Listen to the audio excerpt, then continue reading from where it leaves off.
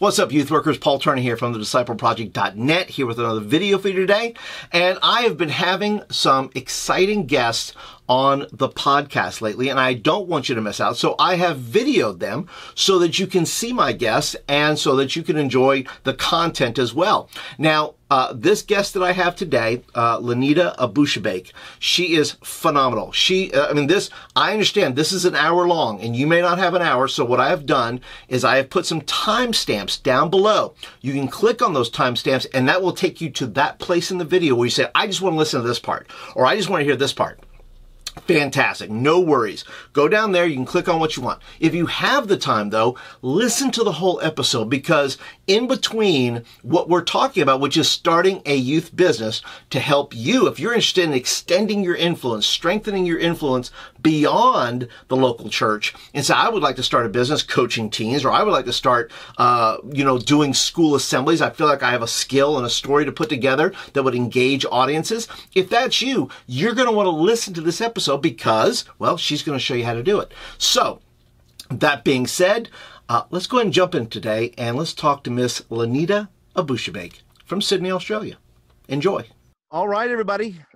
We are here with the lovely and first international guest here on the Youth Ministry in Motion podcast, Lenita Abouchabake. Welcome in, Lenita. Thank you, Paul. It's so exciting to be here. Thanks for having me.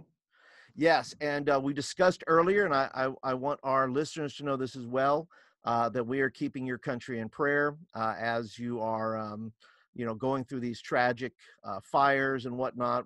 It's just a sad situation. We hope and pray that it comes to an end very, very soon. And is there anything specifically we can keep in our thoughts and prayers for you, for your country? Yeah, thank you so much for that. I think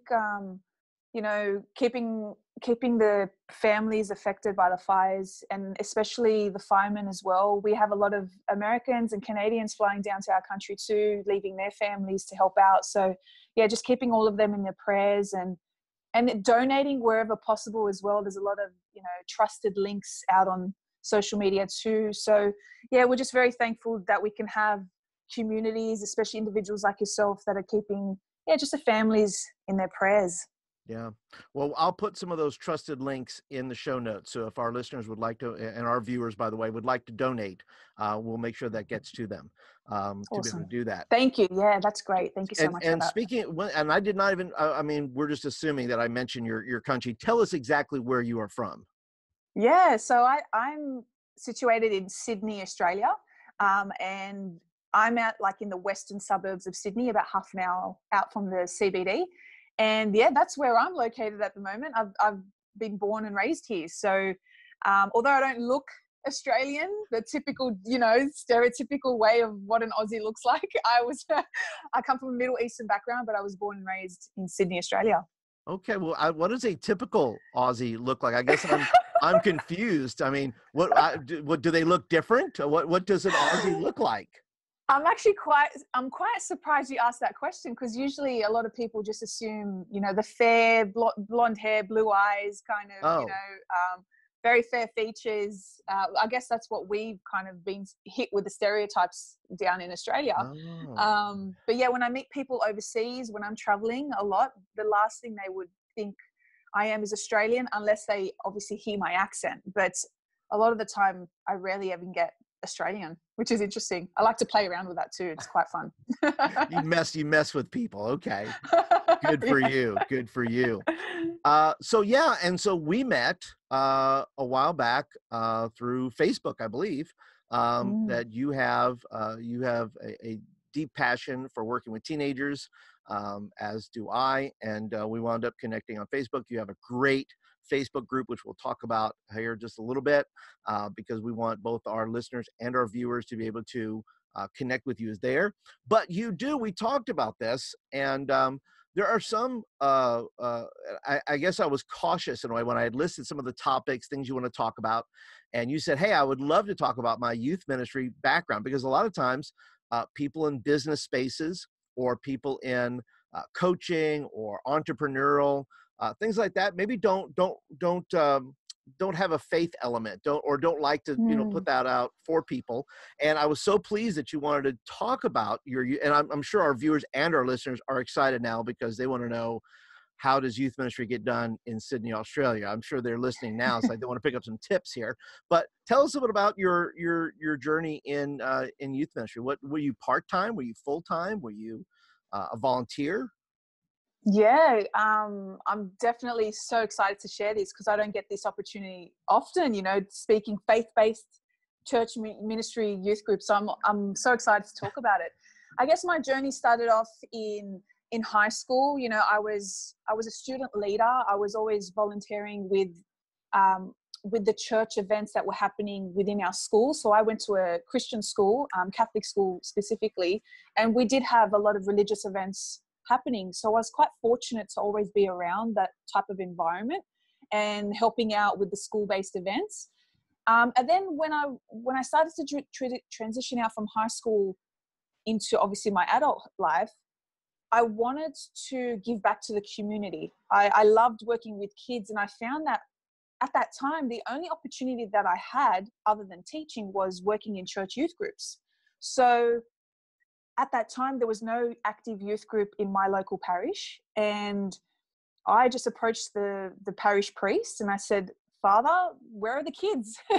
And he's like, "Oh, Lenita, we try and we struggle to get them." And I said, "But there's so many kids in our community. Give me the responsibility, I'll handle it." Because I've always came from a student leadership role, and I loved motivational speaking and my PE teaching job. So I said, "You know what? I got this. Let me do it." And he's like, "Go for it." So basically from that, I started off just, updating on social media, inviting people. I was fortunate to have a couple of friends who were quite experienced in youth ministry as well to come help me out. And my role started off as a volunteer, and then I started on a part-time. I got promoted to part-time, and I was fortunate enough to have a lot of people show interest. And then that kind of took me to meeting different families, going out to schools. I was even given the opportunity to travel to the Holy Land and lead a group of youth leaders to the Holy Land, which was such a blessing from my end. Wow. Yeah, so all because I approached the parish priest and I said, "Where are the kids?" And that's kind of how it started for me. Wow, that is, let me tell you what, that is exciting. And I noticed too that we have, and I just realized this, that we have similar backgrounds. I grew up in the Catholic Church, and I was a PE teacher Oh, wow. I think I was a PE teacher in 2 different schools for multiple years there. And so I just realized, I was like, wow, but maybe because I'm old, I have to think back and go, well, that was one of my jobs. Yeah, I was a PE teacher. So, but I love that you got to go to the Holy Land with. Now, I don't know. I would imagine there's like extra security if there are youth leaders who work with teenagers at the Holy Land. It just seems like that the Holy Land needs protecting from crazy youth leaders who want to do silly things that maybe you ought not do. I don't know. Yeah, they look, security in general in Israel is quite strict. So when it comes to pilgrims, there are pilgrims coming in and out of the country, hundreds, thousands of them every day. So there are certain systems in place. But I guess that will come through from the churches and the school groups. A lot of school groups go. So yes. Yeah, the schools will handle it from that end. But definitely, taking care of the leaders sometimes is actually much harder than taking care of the kids. So that's a whole different topic. You nailed it there, Lenita. That's the deal. I'm sure there's special instructions for the youth leaders, like don't touch anything. Don't touch anything. Nothing. Leave it alone. So true. So being a youth leader and being a PE teacher later on, what do you think started this passion for you for students and then for families and then into coaching? Where do you think the why is in all of that? What's the impetus to that? Great question. I think, there's a couple of reasons as to why I stepped into this type of industry. I think growing up, so I had so many setbacks on paper, But for some reason, I always beat the odds because it always just came down to the leaders I had in my life, right? And the mentors that I had, whether in family or in all my friendship groups. And that was the only reason why I was able to bounce back from particular hardships. And I thought to myself, I'm no more smarter or more special than someone else. It's only because I had great leadership. And if I can gift that to kids who might be missing out on that, then I honestly think a bit of a selfish gain as well. It gives me so much satisfaction. If I could really give back what I was blessed with growing up. And I really just wanted to kind of just, continue that light that was given to me when I was younger. And I think just naturally, that's where I get my most passion from, just helping young kids. Well, and two, I think that youth leaders, and I think teachers as well, because I think youth pastors, youth leaders, teachers, I think there's a calling involved there that because of the things that you and I have overcome, we look and go, we could help. We've overcome some things, right? We've done a few things. We've faced life's trials, and we've overcome some we've not overcome yet, but we feel like we can pass that on. What do you think a challenge, and I'm going to go off script here for you, but what do you think you overcame? What do you think you pass along to, because you do teen coaching and parents and so forth? What do you think you grew up with, and what is something you think you overcame that you say, let me tell you this story, or let me tell you this thing that I overcame, to a young person? Yeah, I love this so much, Paul. I think the biggest thing for me was recognizing how much I'm already loved in my life. And not playing the victim. And that's the biggest thing with a lot of young adults and a lot of young kids. When bad things happen, they start questioning, why is this happening to me? Why can't I have what someone else is having? And I found, specific examples growing up. I grew up with divorced parents. We weren't financially stable. And I always kind of felt like, in the beginning, I thought I was a burden, but then I started to be taught properly with my mentors, especially my mother. It was never a reflection of who I was as a person. And very early on as a kid, I recognized that I'm already enough and I'm loved. Like, that's pretty big for a kid to really catch on and actually understand. And so that's what's kind of pushed me to plant those seeds in young kids now, and saying to them, you are enough, you are loved, especially through the faith. You're already whole and complete, and as a reflection of God's image, teaching them that type of content will move mountains, and that consistency in those messages will compound later on in their life. And so I was just really fortunate to be having those messages drilled into my head very early on in my life. Yeah. Well, that is a powerful story. I think, that so much of what we do is empowering students to simply believe that they are enough. Just like you said, they're enough, they're valuable, they're already loved. And I'm sure we've both talked, and our listeners and viewers have all met these kids that are in their youth groups right now who simply don't believe that.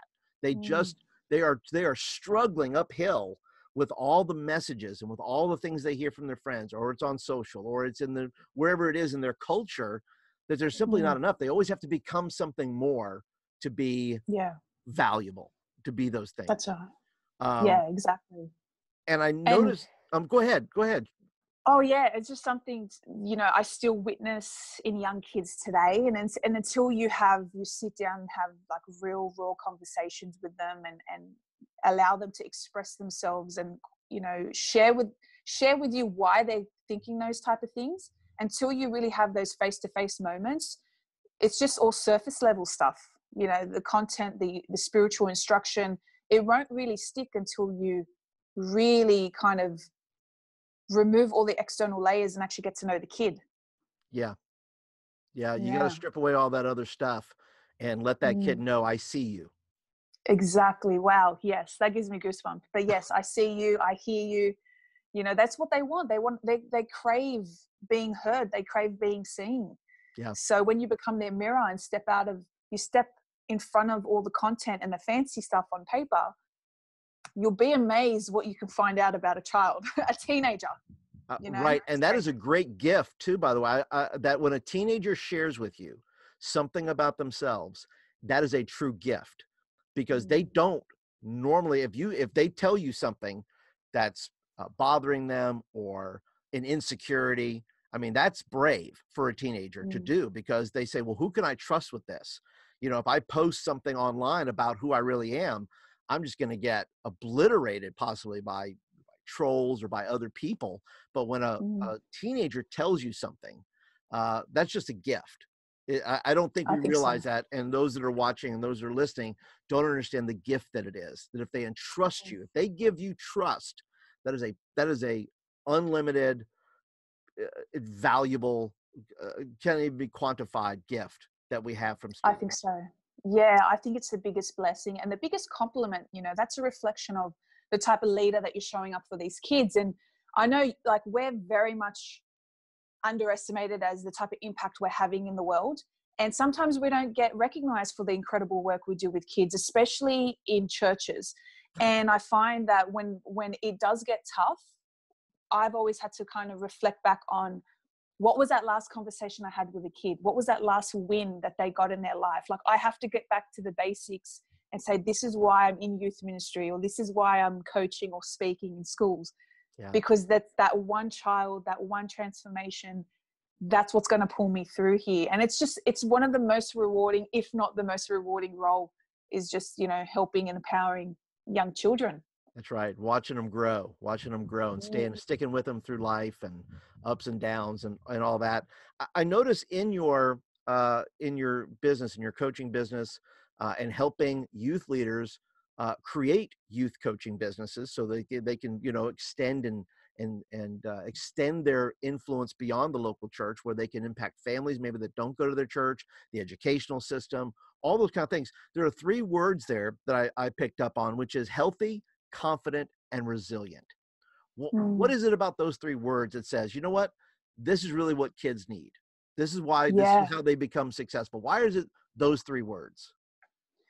I find, you know, in my personal opinion, what I've witnessed is, behind every empowering leader or someone that's successful in society, they get the basics right in their life. You know, that we're not going to be happy 24/7, but when we know how to establish tools and systems and routines in place, we can bounce back from hardships. You know, I really personally think that emotional intelligence is what forms the foundation of success. And if we can invite that and bring that into a young person's life as early as possible, that is the greatest gift we can give them, because once emotional intelligence is in place and self-education and self-worth, they will go on and achieve whatever it is they want to achieve, and you can't stop them. And I find that that's what I push with my own youth business, and also what I'm helping educators and leaders understand as well. These are the gifts we need to give to the kids. And let's just focus on that, because they're remarkable. They are so talented, these teenagers. They are driven. You just need to give them permission and be their mirror, and they can handle it. We just really need to give them a little bit more credit. Absolutely. I could not agree more with that. It is, you know, I was just listening to Francis Chan speaking, and he talked about that his biggest surprise amongst the adults that he would minister to in San Francisco was the fact that he was amazed how empowered people were by having a responsibility, by you know, that they really clued in. And I just, to your point, is just saying that, listen, kids can handle more responsibility, more things you can give them to do within your context of your youth ministry or your church, and push them up front a little bit. Let them do some of these hard things. And I always tell youth leaders, I say, look, there's nothing you do as a youth leader that a student couldn't do with a couple of lessons. So, you know, true. Which should humble most youth leaders, by the way. Nothing, not including preaching. There's virtually nothing you can do that a kid can't do if you just mentor them a little bit and again give them a shot to do it. Amen. I can't agree even more. Like, placing them above us, you know, really putting them at the forefront of the movement and allowing them to have autonomy over their learning, whether it's in spiritual instruction or in the academic classroom, they will honestly surprise you. And when you've established that rapport and respect with them, they'll show up even more because they want to impress you, because they love you as their mentor. You know, it doesn't matter what platform you're in. I use the same approach and model in a school setting, in my sporting clubs, in my ministry. It really doesn't matter the demographics with the kids. All kids are wanting the same thing. So you just need to adapt to that environment, but use the same model in place. And that connection and rapport will be built. And that's what's going to amplify your ministry with the kids. Exactly. And Francis Chan says, look, he was shocked by the adults who grew by giving them a little bit of responsibility, that he was shocked that they I grew so much. And I just thought to myself, I said, man, these adults, where were their youth pastors at? I mean, they could have grown when they were 15, right? Yeah. They could have, if they had attended a youth group with a youth pastor that trusted them, gave them responsibilities, and really grew into that. So tell us now, you went from, you were a school teacher. How long were you a PE teacher for? So I've been in education for the last 10 years. So I still am considered a teacher. Like I don't teach full time, but purposely every few weeks to months, I will pop in as a substitute. And a lot of people won't know why I do what I do. So I guess sharing that, I pop in purposely to plant the personal development and spiritual seeds. And I kind of expose kids to certain platforms that I'm exposed to as a influencer myself. So I just go in and pop in and say hi to the kids. But as a substitute, purposely, I'll go and do it as a substitute just to kind of have that face-to-face interaction with kids. But then in addition to that, my actual majority of my time is taken up in my youth coaching and speaking. So I still travel out and teach, but very so often. And that's another thing we share in common. I am also a substitute teacher. I love it. And really, in reality, I became, well, first of all, I needed the money at the time, and I've done it for several years. But man, there's nothing like seeing teenagers in their home environment. We see kids at church. It's another thing to see them in the wild. It's another thing to see them in their element.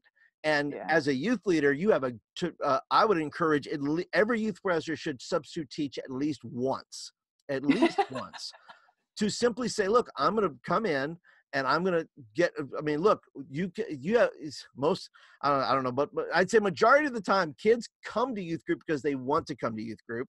And, but when you have a bunch of kids in a classroom who are forced to be there by law or otherwise, their parents, that's an entirely different story. Not all those kids there are there to see you or be your friend or any of those things. And just wait till one student tells you no, I don't feel like doing that. That's and then you have to write them up, or you have to, it's a totally different. It's hard. Like shout out to the substitute teachers that are going to be listening or watching. Like, we got you, we feel you. It's much harder than people think it is. And so you need more credit. But it's so rewarding too, because there's a little bit of a calmer approach and a little bit more flexibility for the kids. I know they take advantage sometimes because there is that flexibility, but at the same time, they're more inclined to come to you and ask for your advice because they think they're not going to see you the next day. So, it's great because we have that platform that we can utilize and leverage. Well, and I always love it too when kids, when you become, and by the way, if you are a substitute teacher and you want to be a substitute teacher, the goal is that when students start asking if Mr. Turner is going to be here, you have arrived. You have, of course, they want you as the sub because they have gotten to know you and you've gotten to know them. That's the goal. Yeah, I love it. It's so true. It's so true. And I've experienced that too. And sometimes you try to kind of quiet down their excitement because you don't want to have other colleagues, kind of being like, oh, why do the kids love you so much? Because that's what's going to happen. That's what happens. Why do you connect to kids so much? And why do they love you so much? Why don't they have the same excitement for us? It happens. It still happens for me. And it's like, I don't know. I do know. I'm very aware of how I show up. I know the reasons why they connect with me so much, but you can't really kind of say that to people because it comes across as boasting. So whoever has that connection with kids, if you have kids, yelling out of excitement that they have you, whether it's because they want to be a little bit more laid back in the classroom or they just want to have a conversation, it's still a massive win because you've given them a safe environment to be in.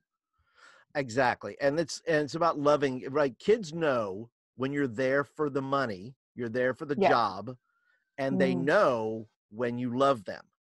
When you don't have to write up everybody in the classroom, you don't have to stand on a table and get angry, and you don't have to do, they just know. And I think, you know, people of faith, you know, have, I should say, people who have a calling towards teenagers, kids know. Kids know when you have an affinity with them. I love that so much. Yes, that's something that I love to talk about in terms of how you show up. I have 5 key factors that I love to share with leaders on how to truly show up. Yes.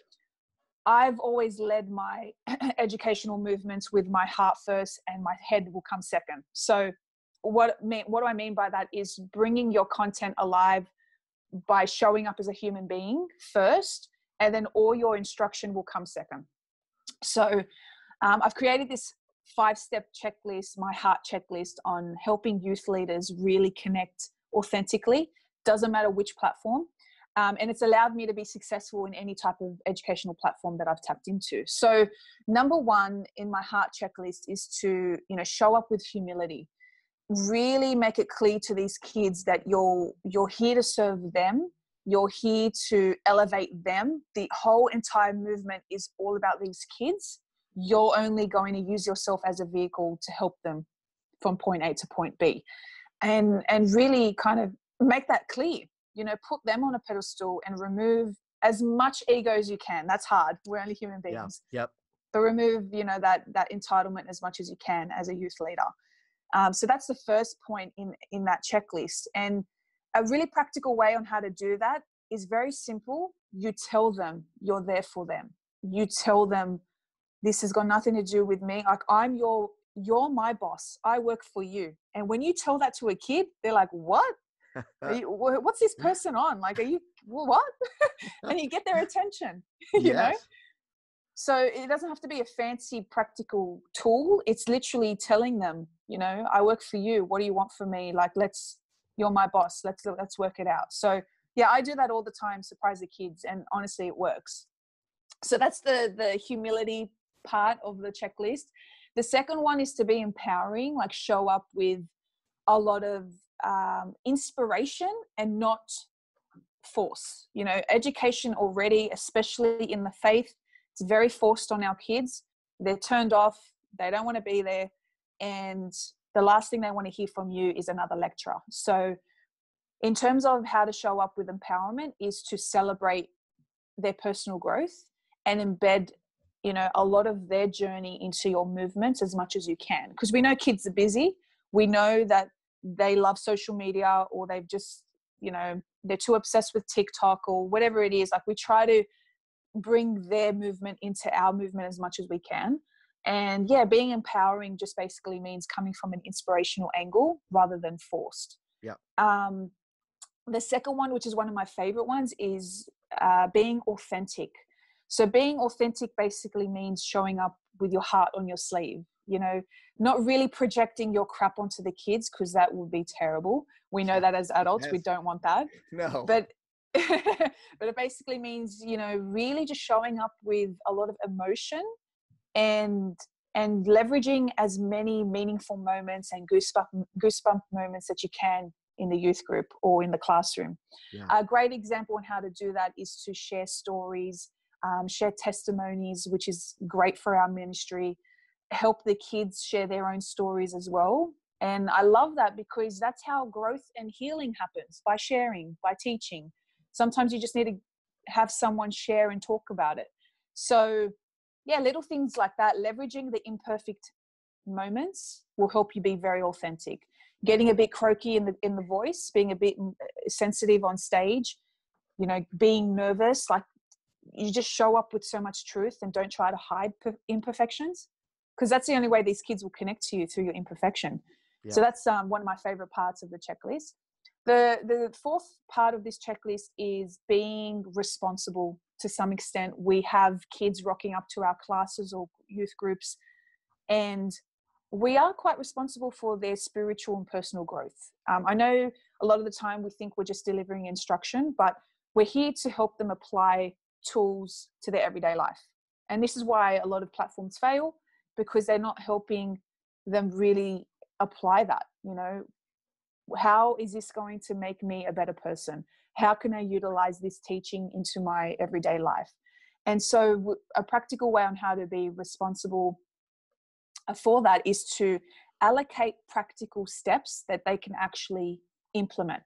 Sit down with them for 5 to 10 minutes of your group session and actually say, this is what I want you to work on.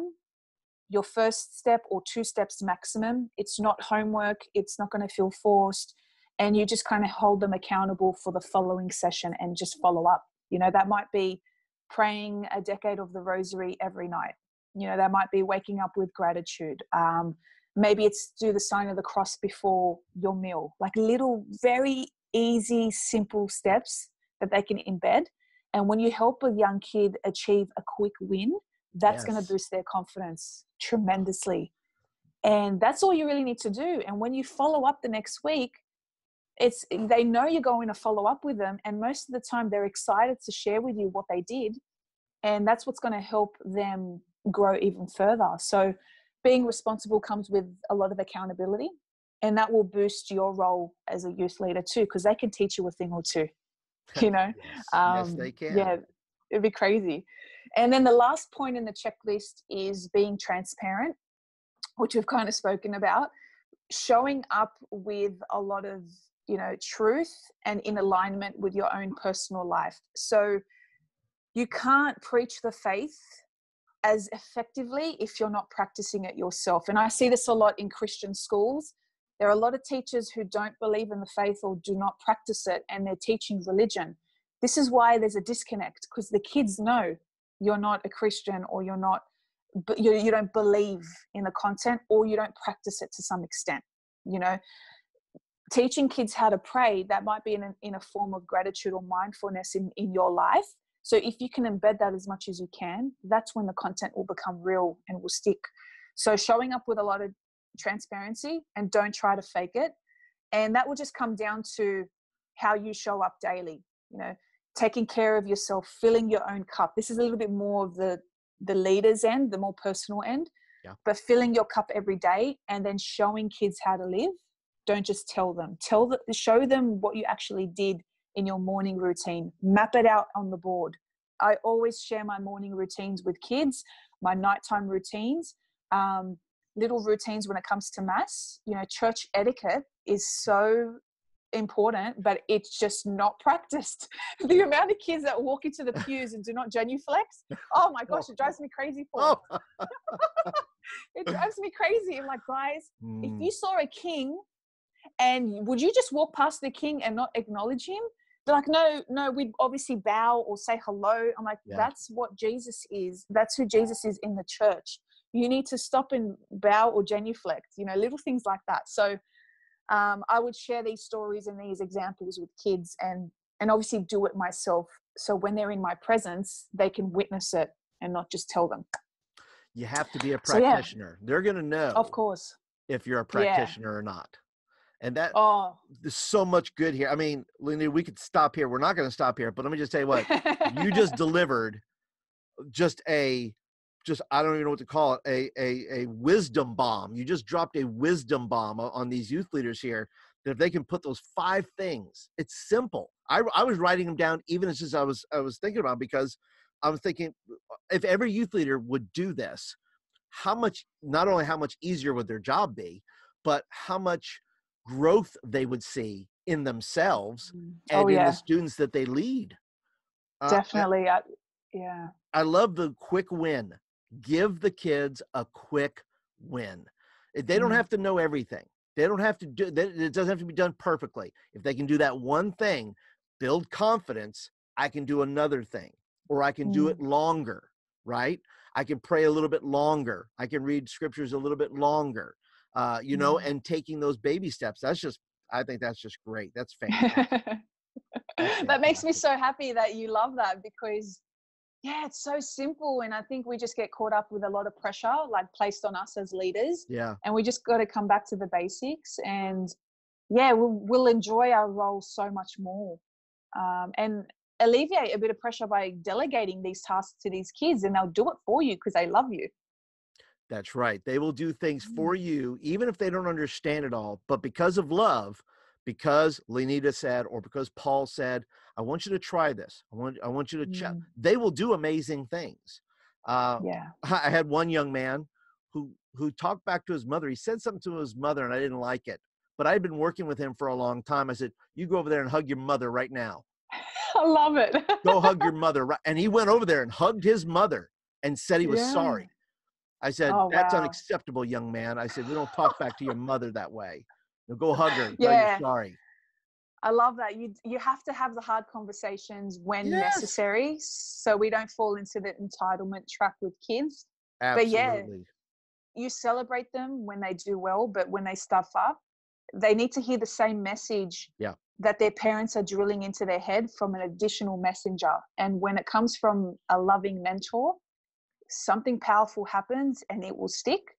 And that's just how teens are conditioned. The teenagers are conditioned to not listen to teachers or their parents because it feels like a forced message. Right. So when it comes from an influencer and a leader, they're like, oh, it makes sense. Well, like we've been telling you this for the last few years, but yes, of course, it does make sense. So yeah, it has to come from you as well. And I love too that you regard youth leaders as influencers. I know that name, that word, that title is loaded in our culture because we think of influencers as people who are on Instagram and they're sporting new kicks and they're selling perfume and they're showing off their new box of whatever they just got from the company. But man, youth leaders are influencers. You listening and you watching, you're an influencer. And these 5 things here, these 5 heart checklists here are ways that you can influence kids. And you are, if you don't see yourself as an influencer, man, you are, whether you like it or not. you are it's like influencing. Too late. That's right. Too late. And the one thing that I love to bring, how to bring the faith to life, if maybe this is something that I can talk about, is a lot of the time when I'm teaching religious education or spiritual instruction in the youth group, a lot of the time the kids just don't understand why Jesus's message is actually so important. They don't think that it's of high importance. And I always kind of say to them, one of the first motivational speakers in the world and the one that put out lyrical words was actually Jesus, right? But when you think of, and I always do this, I would put Jesus on the board, like write down his name, and then I would say someone like Drake. And now, although within to some extent the context is very different and type of words being portrayed, but the message, the underlying message after everything is being kind of expressed is connection, it's love, it's relationship, it's emotion, it's storytelling. And when you draw that back into artists that they kind of connect with today, you just show them that it's the same message but coming from a different messenger.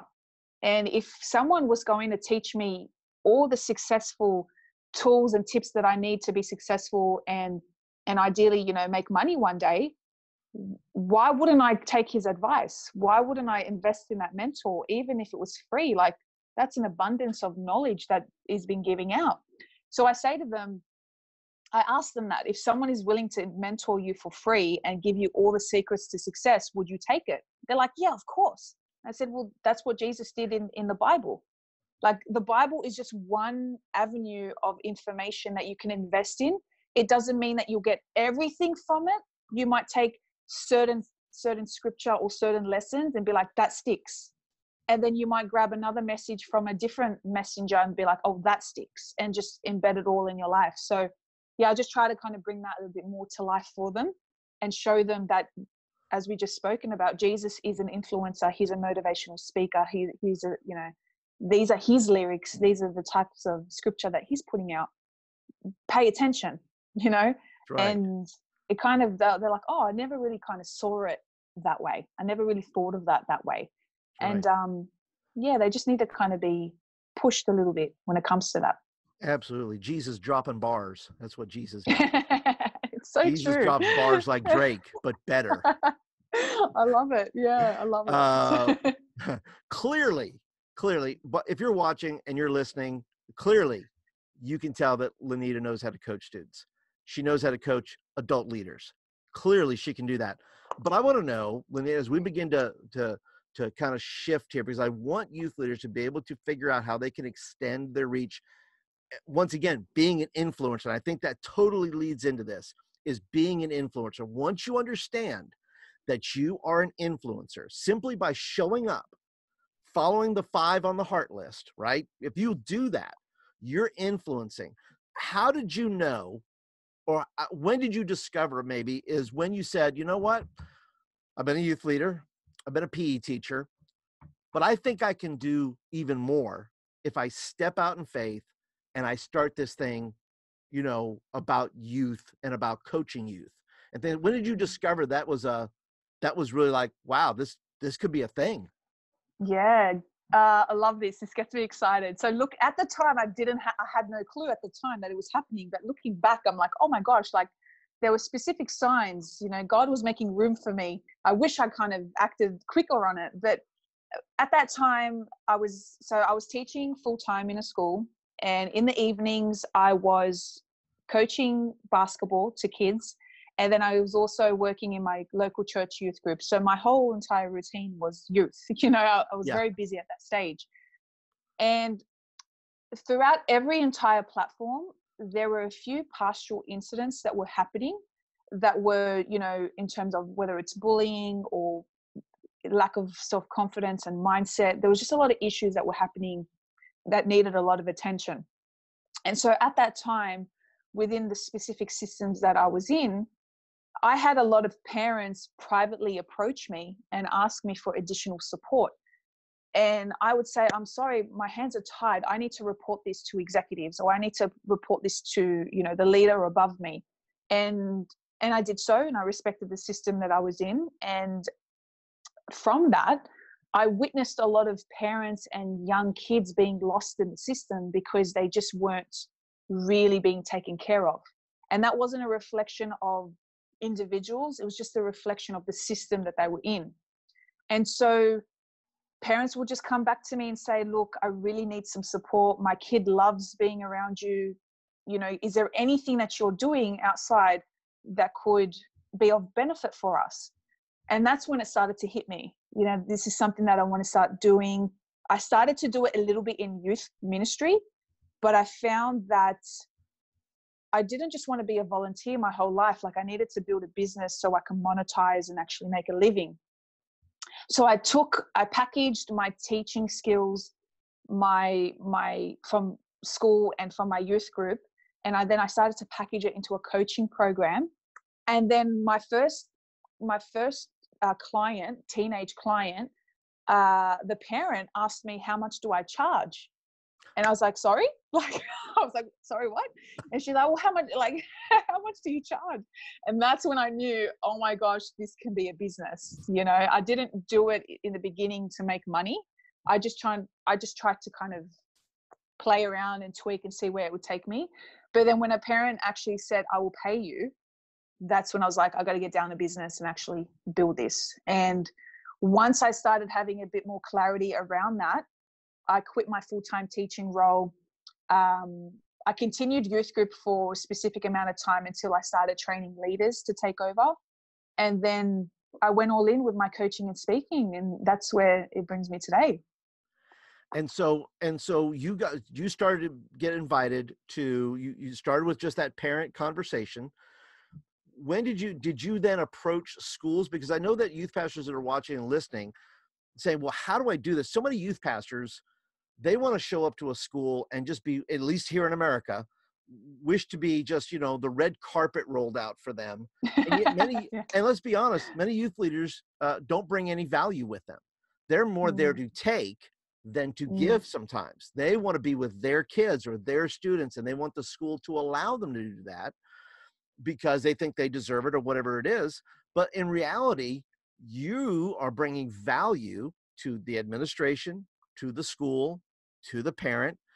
how does, because, and by the way, I don't know too many youth leaders who wouldn't like to make a few extra bucks, because we know that the church sometimes does not pay very well. It's a great, I always like to say that being a youth pastor is a great job, but not necessarily a great career. It's a great, you want to do that. Look, have a plan, folks. It's great in your 20s, some of your 30s, but around mid-30s, you probably should go ahead and, if you're not setting yourself up to do other things, I am the poster child for that, by the way. I am the guy who stayed in it for 30 years and thinking, well, I'm just going to do this forever. And I should have been wiser. And I said, well, you know what? And that's when 10 years ago, I started doing some other things. But still, if you're watching and you're listening, and this is why Lenita's story is so important here, is that you can have influence beyond even your church, beyond those things, and start to create a career for yourself. So when did you start did you invite, because I want youth pastors to understand this, could they approach a school and say, hey, I would like to offer myself to the school, or in doing a speaking, for a rally, or for a, what am I thinking? What's the word? I'm thinking for when students get together, like an assembly. Assembly. Yes. Thank you. Yeah. So how does then a youth pastor change mindsets from, I want to show up to be with my kids, to, I want to be able to give value to the schools, to the administration, to teachers, that I don't want to walk up and people have to, bend over for me. I want to show up and say, look, I could do an assembly. How does that mindset switch from that to, I want to be able to bring value to the school, or the parents and the community around me? Great question. I think there's a few factors. So number one, you're no longer just another volunteer in the community. You have to step into the professional business mindset, where you need to have something to show these principals or teachers before you can be hired to speak. They will judge you by, they judge a book by its cover. Your influence will be heavily reflected on the marketing or the messaging that you're putting out there into the community, especially online. Because the first thing a teacher or the gatekeepers in the school will ask for is, do you have a website, or do you have a video? Do you have a media kit? Like, they will ask for certain things. Every school is different, depending on your network as well. If you know someone in the school, that will help your chances tremendously. But a lot of the time they are looking for professional speakers coming in, and most of the time they just need a specific process that they need to be taken through. If you just think you're going to get a meeting straight off the bat, you're not, because executives are so busy. So you need to go in with the expectation that you need to show them something, and also take them through the process of actually learning what they want, asking them what are some key themes that you're wanting leaders to speak on. What are the type of outcomes that you want us to hit for you? So when I approach schools, I'm coming from a teacher mindset, because I know I'm talking to teachers. So thankfully, as teachers, we know that. But a lot of youth speakers don't come from a school teaching background. So they don't know that they need to hit certain outcomes and certain messages to resonate with the teachers. So when it comes to forming your connections, you need to know it's all about give, and then take. So you need to show them that you're aligning your services with what they really want, aligning it with their curriculum, aligning it with the connections they want to build within not only the school classrooms, but with the families as well. When you can show that connection, they'll be more open to actually bringing you in to speak. And this is a matter of being persistent. Don't burn the bridges too early on. If you really are wanting to do this, make sure you have either a network in place, and ideally some marketing tools in place to show them something before you reach out. You really don't want to burn the bridges. Fortunately enough, as youth leaders or youth pastors, you're already in a group. I would say leverage your work with youth, take photos, record a demo video, showcase something before you reach out to a school, because if they see nothing, then they're just not going to really give you a time or day.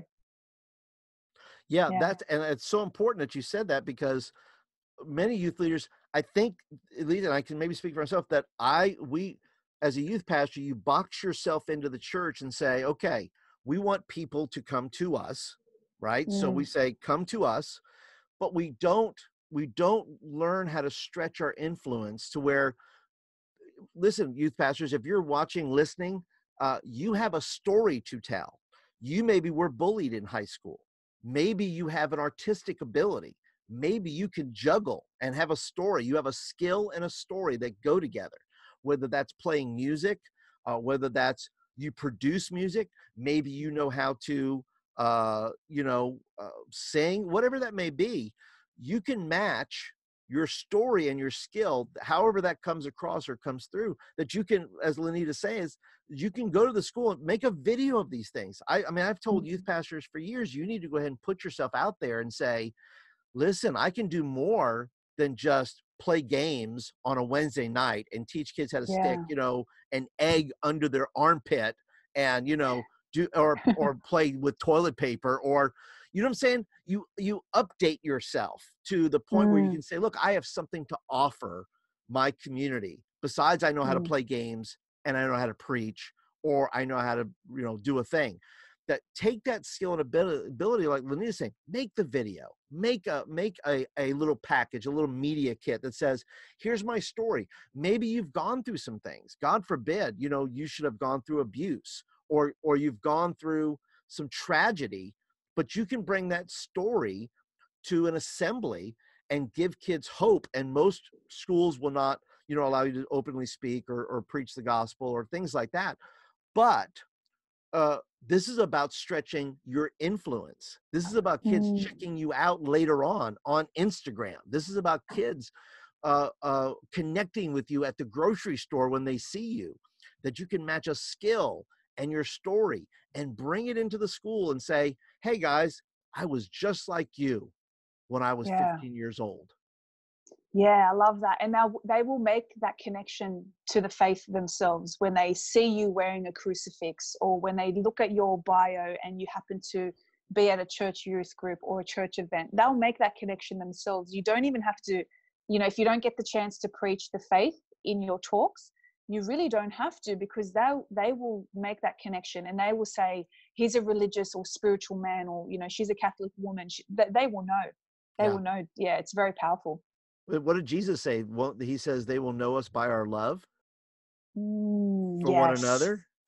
Yes. Kids pick up on, just like we were saying, kids know when you love them. Kids Yeah, they know do. when you're there for them, and you're not telling Mm. them a story to just get a reaction. You're telling them a story, or your story, because you want their lives to improve, and you Yeah. connect with them because you want to see them go further or get over that challenge. Mm. That whatever it is they're going through, they're getting picked on. They don't think they're good enough. They can't, they can't get the lead in the play. They're not the star football player. They're the outcast. They're the outlier. And those kids need to hear those stories.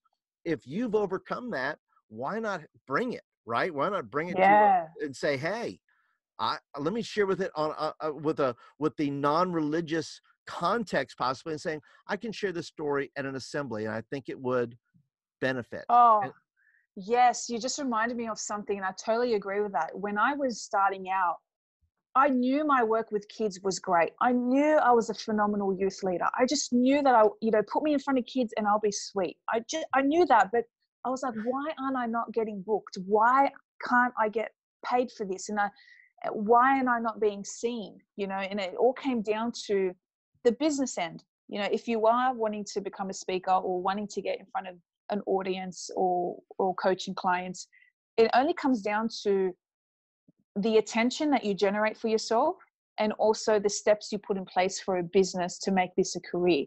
That right. is the only difference between why a youth leader remains a youth leader or they transition into a business leader. As a school teacher, I was fortunate enough to witness a lot of youth speakers come into schools. And that's why I was like, oh, I'd love this. Like, some of them were horrible. I was like, how did you get a gig? How did you get into this school? And it came down to their marketing call. They had phenomenal marketing. But as a speaker, I was like, man, I do so much more as a teacher and a youth leader, a youth pastor. Why can't I get booked? And I just had to learn the business. I had to learn the marketing and the sales. And the best doesn't win. The best known always wins. You need to generate attention. You need to get out from behind the scenes, and you need to start, evolving. Exactly. And that's where you come in. This is where Yes. Lenita comes in. Yeah, people, listen to me, viewers, listeners. This is where Lenita can help you, because tell these folks a little bit about, because you help youth leaders create youth businesses to get in front of kids, to be able to stretch their influence, to eventually share the gospel through your social, through whatever that is. What kind of resources? Tell people what you do to help youth leaders be able to accomplish that. Yeah, definitely. So I have formed this blueprint. It's called the Youth Biz Blueprint, which is basically everything that I've packaged in my own youth business.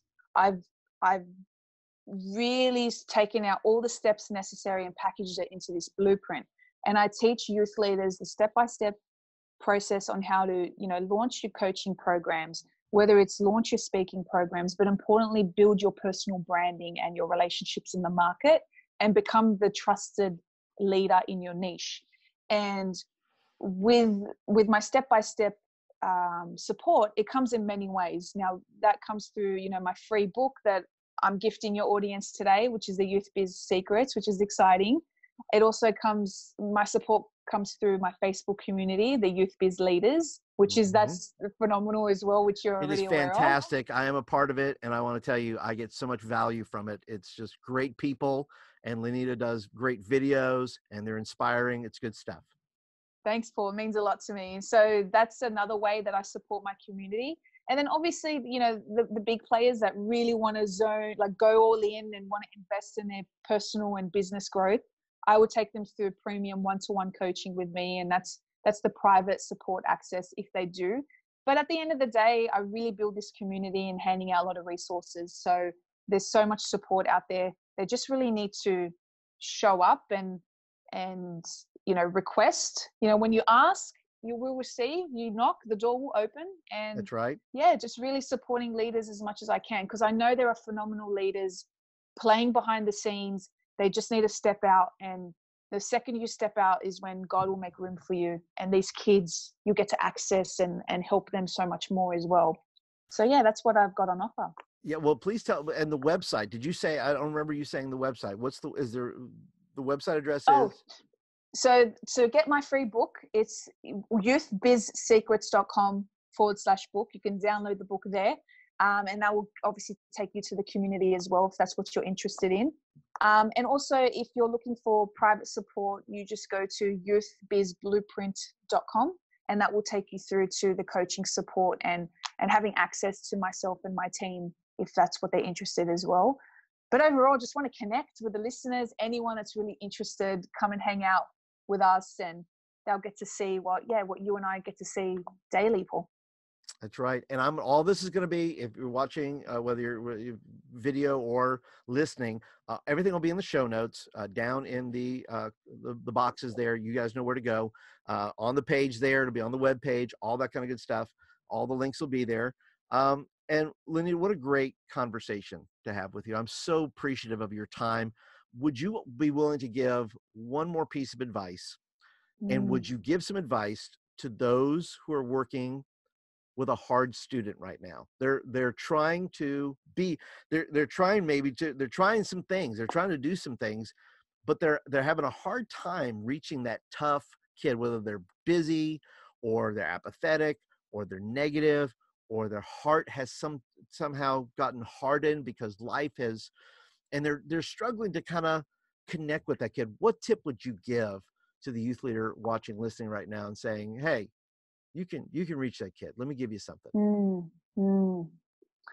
I think the biggest advice I would say is show up the way you really wanted when you were younger. Because when we were acting out, or when we were misbehaving or being really tough to deal with, it's because we needed the most support and we just didn't know how to express it. So those that are playing up need you the most. And if anything, you know, really back yourself with the type of results that you can get with these kids. And remember that this kid, he or she don't hate you personally. They might just be struggling with something within their own life, but stick it out.